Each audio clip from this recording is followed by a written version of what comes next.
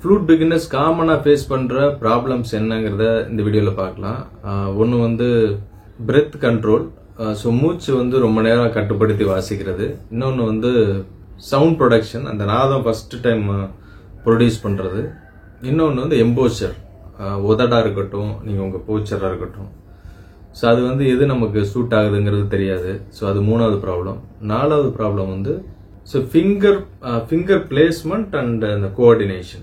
இந்த 4 main problem வந்து flute பிகினர்ஸ்ட இருக்கும். ஸோ அது என்ன ப்ராப்ளம், எப்படி வருது, அதை எப்படி வந்து சரி செய்யறதுங்கிறத இந்த வீடியோல பார்க்கலாம். இப்போ சவுத் இந்தியாலையும் ஹிந்துஸ்தானி ஃப்ளூட் அதிகமாக யூஸ் பண்ண ஆரம்பிச்சிட்டாங்க. இந்த 6 ஹோல்ஸ் அந்த டோன் பிடிக்குதுன்னா அந்த டைப்பை சூஸ் பண்ணிக்கோங்க. அடுத்து இந்த நம்ம முகத்துக்கு அப்படியே நீங்க செங்குத்தா. ஸோ அடுத்து இதை ப்ளே பண்ணி பாருங்க வரும். காலையும் ரீடிங் வந்து 2 ரோல். மேஜர் ஸ்கேல்னா என்ன, மைனர் ஸ்கேல்னா என்ன, இந்த டெக்னிக் நீங்க என்னதான் கிளாஸ்ல போய் நீங்க ஜாயின் பண்ணி படிச்சாலும் அவ்வளவு சீக்கிரம் அதை உடனே சொல்லிட மாட்டாங்க. அதே மாதிரி ஃபுல் நோட்டு கால இருந்து எப்படி மாறும்.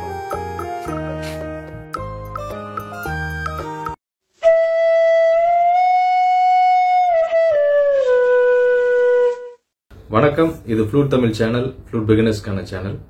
ஸோ இந்த 4 ப்ராப்ளம் சொன்னேன். இது வந்து காமனா எல்லாருக்கும் வர்ற இந்த ஃப்ளூட் பிகினர்ஸுக்கு வர்ற ப்ராப்ளம் தான். ஸோ ஃபர்ஸ்ட் ப்ராப்ளம் வந்து இந்த பிரெத் கண்ட்ரோல் சொன்னேன். பிரெத் கண்ட்ரோல் வந்து நிறைய பேருக்கு என்ன மாதிரி பிரச்சனை, அவங்களுக்கே இதுதான் பிரச்சனை தெரியாது. ஸோ அந்த பிரச்சனையோட இருப்பாங்க. இந்த பிரெத் கண்ட்ரோல் வந்து எப்படி பிரச்சனை ஆகுதுங்கிறத நான் சொல்றேன். ஸோ பிகினர்ஸ் இப்போ வந்து 7 நோட்ஸ் வந்து வாசிக்க ஆரம்பிச்சிருவாங்க. 7 நோட்ஸ் வரும், சரி கம பத நிசன் வரும். ஆனா வாசிக்கும் போது எப்படி பழகிருப்பாங்கன்னா இப்படிதான்.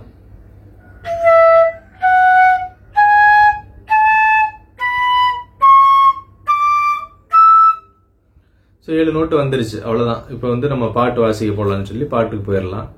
இப்போ பாட்டு வாசிக்கும் போது எப்படின்னா நீங்க இந்த ஒவ்வொரு நோட்டுக்கும் ஒரு 2 செகண்ட்ஸ் தான் நீங்க எடுத்திருப்பீங்க. ஃபர்ஸ்ட் பழகும் போது ஒரு 2 செகண்ட்ஸ் 3 செகண்ட்ஸுக்கு நீங்க மூச்சு கட்டுப்படுத்தி ஒரு நோட்டை வாச்சிருப்பீங்க. ஆனா பாட்டுன்னு எடுக்கும்போது ஒரு நோட்டோ அல்லது 2-3 நோட்டோ சேர்த்து ஒரே பிரத்துல ஒரு 10 செகண்ட் 15 செகண்ட் கூட மூச்சு விடாம வாசிக்கிற மாதிரி இருக்கும். ஸோ அந்த மாதிரி வாசிக்கிற நேரத்துல உங்களுக்கு ஏற்கனவே வாசிச்ச அந்த ஸ்வர அமைப்புல நீங்க வாசிச்சீங்கன்னா உங்களுக்கு வாசிக்க வராது, இடையில பிரேக் ஆகும், பாட்டா கேட்காது அது. ஸோ அது நிறைய பேர் ஃபேஸ் பண்ணிருப்பீங்க. அதுக்கு வந்து லாங் நோட்ஸ் எக்ஸசைஸ் பண்ண சொல்லுவாங்க. முதல்ல பிரச்சனை எப்படி வருதுன்னா, இப்போ நோட்டு வாசிக்கிறேன். பிகினர்ஸ் வந்து 7 நோட்ஸ் வாசிச்சதுக்கு அப்புறமா இந்த நோட்டு வாசிக்கிறீங்க. சோ பத சா சா சரிகா அப்படிங்கிற வாசிக்கிறேன். இப்ப அந்த 5 6 7 நோட்டு. இந்த 7 நோட்லயுமே இந்த ஒரே மூச்சுல தான் நான் வாசிக்கிறேன். இது எப்படின்னா ஒரு 3 செகண்ட் 4 செகண்ட் கூட எடுத்திருக்கும். ஆனா ஃபர்ஸ்ட் இந்த மூச்சை கண்ட்ரோல் பண்ணாம வாசிக்கும் போது எப்படி நீங்க வாசிப்பீங்கன்னா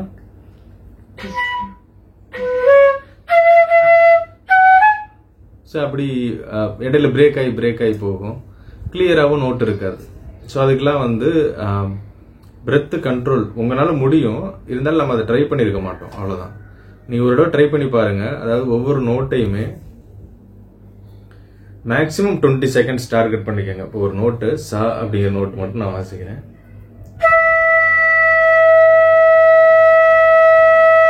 இப்படி நான் 20 செகண்ட்ஸ் நான் வாசிக்கிறேன்னா இப்போ என்னால 20 செகண்ட்ஸ் அச்சீவ் பண்ண முடியும். நீங்க ஃபர்ஸ்ட் வாசிக்கும் போது ஒரு 3 செகண்டுக்கு ஸ்டாப் வாட்ச் ஆன் பண்ணிக்கோங்க. ஒரு 3 செகண்டுக்கு ட்ரை பண்ணுங்க. அப்புறம் அதே நோட் 5 செகண்டுக்கு, அப்புறம் 8 செகண்ட் 10 12 இப்படி நீங்க ட்ரை பண்ணுங்க.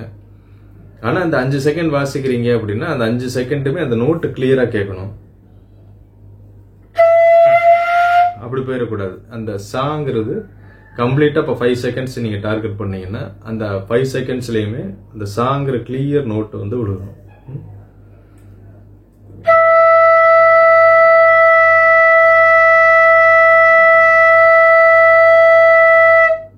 ஸோ இப்படி அந்த கிளியர் டோன் விழுகணும். அதுக்கடுத்து ரீ. இந்த மாதிரி 7 நோட்டுமே எவ்வளவுக்கு எவ்வளவு நீங்க மேக்சிமம் வாசிக்க முடியுமோ கிளியர் டோனா, எந்த பிசரும் இல்லாம அதை நீங்க ட்ரை பண்ணுங்க. அது வந்து லாங் நோட்ஸ் எக்ஸசைஸ். ஸோ அப்படி வாசிச்சுட்டு ஏதாவது நீங்க பாட்டு ட்ரை பண்ணீங்கன்னா அது அந்த ஃப்ளோல கரெக்டா கிடைக்கும். ஸோ இது ஒரு ப்ராப்ளமா இருக்கும். இன்னொரு 2வது ப்ராப்ளம் வந்து சவுண்ட் ப்ரொடியூஸ் பண்றது. சவுண்ட் ப்ரொடியூஸ் பண்றது நீங்க ஏற்கனவே பல வீடியோல நான் சொல்லியிருக்கேன். ஒரு ஃப்ளூட் வாங்கிட்டு சவுண்டு ப்ரொடியூஸ் பண்ணுறதுக்கு ஆர்டர் படி சாரிகம பதனிசான்னு போவேன்னா காங்கிற நோட்டு தான் ஈஸியான நோட்டு. அதனால காங்கிற நோட்டை ஃபர்ஸ்ட் நோட்டை எடுத்து முதல்ல அந்த நாதத்தை உருவாக்கிடுங்க. ஸோ ஃப்ளூட்டு சவுண்டு முதல்ல ப்ரொடியூஸ் பண்ணிடணும். கா வந்து எல்லா ஹோல்ஸும் ஓப்பன் பண்ணி வாசிக்கிறது.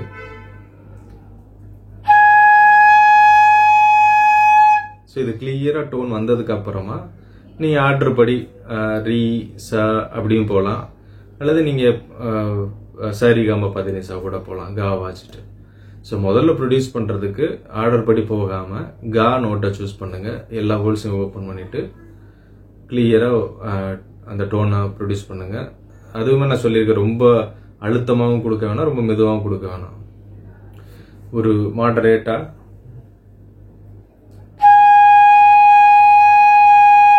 அப்படி கொடுத்தீங்கன்னா கிளியரா கேட்கும். கொஞ்சம் நல்லா வரணுங்கிறதுக்காக ஸ்டார்டிங்ல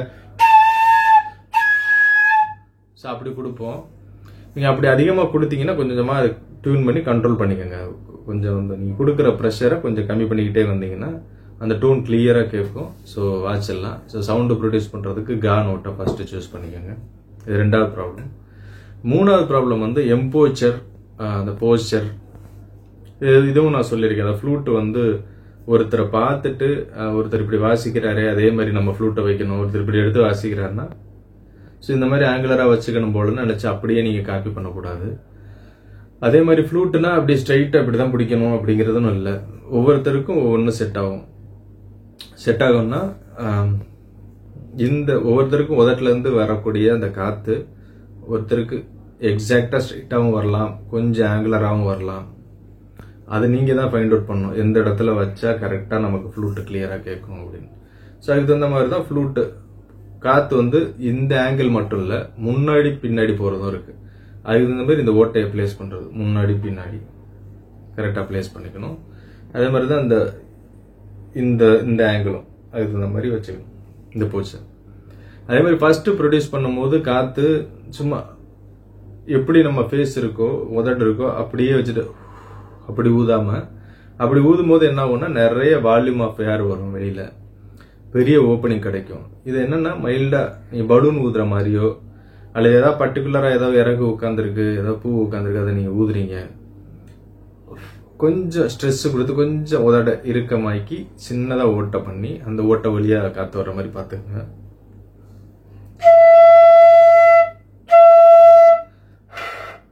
அப்படி ஊதாம இது இல்ல. ஸோ இந்த உதடோட அமைப்பு, இந்த விரலோட இந்த அமைப்பு, உங்க பாடி லாங்குவேஜ் இதை பொறுத்தும் வாசிக்க வராது. இது வந்து மூணாவது ப்ராப்ளம். நாலாவது ப்ராப்ளம் வந்து ஃபிங்கர் பொசிஷன் கோஆர்டினேஷன். இப்போ ஃபர்ஸ்ட் ஒவ்வொருத்தர் ஒரு மாதிரி சொல்லியிருப்பாங்க. இப்போ கர்நாடிக் ஃப்ளூட்டுக்கு நான் ஏற்கனவே சொல்லியிருக்கேன், இந்த பேரட் கிளச்சிங் சொல்லுவாங்க. ஸோ கட்டவரில் இப்படி இருக்கும்,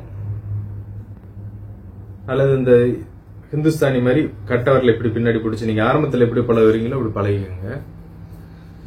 ஆனா கர்நாடிக்கு சூட் ஆகிறது இதுதான். இந்த ஃபர்ஸ்ட் ஓட்டைக்கு கொஞ்சம் தள்ளி கட்டவரில் பிடிச்சிட்டு இந்த 3 விரல நாமம் போட்ட மாதிரி வச்சுட்டு அப்படியே இந்த இடத்துல ரெஸ்ட் கொடுத்துரும் லெஃப்ட்ல. அப்புறம் வலது கையில 1 2 3 4. ஸோ இப்படி இருக்கும்போது உங்களுக்கு பேலன்ஸ் நல்லா கிடைக்கும். இன்னொன்று நீங்க வாசிக்கவே இல்லைன்னா கூட, அதாவது எல்லா ஹோல்ஸும் ஓப்பன் பண்ணும்போது கிரிப் பாருங்க. இந்த கிரிப் எப்படி பிடிக்கணும்னா இடது கையில கட்டை விரல் ஆள்காட்டி விரல் இதுல ஹோல்டு பண்ணிக்கணும். அதே மாதிரி வலது கையில கட்டை விரல் இந்த சுண்டு விரல். ஸோ மற்றதெல்லாம் அந்தந்த ஹோல்ஸ் கரெக்டா உட்காருதான்னு பாத்துக்கோங்க. ஸோ இந்த 2 விரல் கிரிப்புக்காக, இந்த 2 விரல் கிரிப்புக்காக, மற்ற விரல்லாம் கரெக்டா ஹோல்ஸ்ல உட்காரதான் பாத்துங்க. பிடிச்சுங்க. ஸோ இந்த பொசிஷன் உங்களுக்கு கரெக்டா வந்ததுக்கு அப்புறமா கோஆர்டினேஷன், அதாவது நீங்க நாதம் வந்து கரெக்டா வரணும்னு இல்லை, இந்த சரிகம பதனிசா வாசிக்கும் போதே ஒவ்வொரு விரலும் இப்போ இந்த விரலை ஓபன் பண்ணிட்டு ஃபர்ஸ்ட் 1 2 3 4 5 6 7. அதே மாதிரி இதுல இருந்து இப்ப பா வாசிக்கிறீங்கன்னா இந்த 2 விரலை மட்டும் தூக்குறீங்க. நீங்களா ஒரு வாசிக்காம இப்படி கூட வச்சு நீங்க ட்ரை பண்ணலாம். டிவி பார்த்துக்கிட்டே கூட ட்ரை பண்ணுங்க. பாமா பாமா பாமா, சும்மா மனசுக்குள்ள சொல்லிக்கிட்டு பாமா. இது என்ன ஆகும்னா, நம்ம இந்த மாதிரி விரல்களை வச்சு எந்த வேலையும் செஞ்சிருக்க மாட்டோம் அதுக்கு முன்னாடி. அதாவது விரல் வச்சு வேலை செஞ்சிருக்க மாட்டோம்னா மொத்தமா 10 விரல்ல சேர்ந்து செய்யக்கூடிய வேலைகளை தான் செஞ்சிருப்போம். இதுல அந்த மாதிரி கிடையாது. இந்த கோஆர்டினேஷன் வந்து இதுல பாருங்க, 2 விரல் மட்டும் மேல போகணும், மற்ற விரல் வேலை செய்யக்கூடாது, பிடிச்சிருக்கணும். ஸோ இந்த மாதிரி வேலை புதுசா செய்யும் போது அது வந்து பழக்கப்படாது. என்னாகும், இந்த 2 விரல தூக்கும் போது இந்த விரலும் சேர்ந்து தூக்கும். உங்களுக்கு தெரியாது, இந்த இடத்துல சின்ன ஓட்ட விழுகும். ஸோ அதெல்லாம் நீங்க வந்து இந்த பயிற்சி மூலமா பண்ணிக்கலாம். முக்கியமா அந்த மோதிர விரல் இது வந்து ரொம்ப சென்சிட்டிவானது. இதை நீங்க ஓபன் பண்ணும்போது இந்த விரல் தன்னை போல தூக்கும். ஸோ அந்த மாதிரிலாம் பாத்தீங்கன்னா சா நீ சா நீ சா நீ நீ சா நீ சா சாரி சாரி, இந்த மாதிரி நோட்ஸை மனசுக்குள்ள சொல்லிட்டு ஃபிங்கரிங் எக்ஸசைஸ் நீங்க பண்ணலாம். ஸோ இந்த எக்ஸசைஸ் பண்றதுனால அந்த கோஆர்டினேஷன் கரெக்டா இருக்கும், உங்க மூளையில ரெஜிஸ்டர் ஆயிடும். ஓகே, இப்போ பாமா வாசிக்கிறோன்னா ஆட்டோமேட்டிக்கா நம்ம இந்த விரலை தான் நம்ம அது வந்து ஆர்டர், அந்த கமாண்ட் கொடுத்துரும். ஸோ பாவுக்கு இப்படிதான் வச்சிருப்பாங்க விரல மா, நீங்க பார்த்தோன்னா நோட்ஸ் பார்த்து வாசிக்கும் போது ஆட்டோமேட்டிக்கா விரல் வேலை செஞ்சிடும். இந்த சைக்கிள் வந்து ஓட்ட ஆரம்பிச்சதுக்கு அப்புறமா அதுவா இப்படி நம்ம பெடல் பண்ணுவோம், கையை விட்டுட்டு ஓட்டுவோம், அதெல்லாம் வந்து நமக்கு ரெஜிஸ்டர் ஆகிடும், ஆட்டோமேட்டிக்கா பழகிடும் அது. அந்த மாதிரி இந்த ஃபிங்கரிங் கோஆர்டினேஷனும் உங்களுக்கு பழகிடும். ஸோ இந்த 4 மெயின் ப்ராப்ளம், இது இல்லாமல் நிறைய ப்ராப்ளம் இருக்கு. இதான் முதல்ல இந்த 4 மெயின் ப்ராப்ளம் நான் எடுத்துட்டு வந்தேன். இந்த வீடியோ உங்களுக்கு யூஸ்ஃபுல்லாக இருக்கும்னு நினைக்கிறேன். நீங்க ஏதாவது உங்க ஃபீட்பேக் இந்த கமெண்ட் செக்ஷன்ல கொடுங்க. கண்டிப்பா ட்ரை பண்ணுங்க. சேனலை சப்போர்ட் பண்ணுங்க, சப்ஸ்கிரைப் பண்ணுங்க. தேங்க்யூ, பாய்.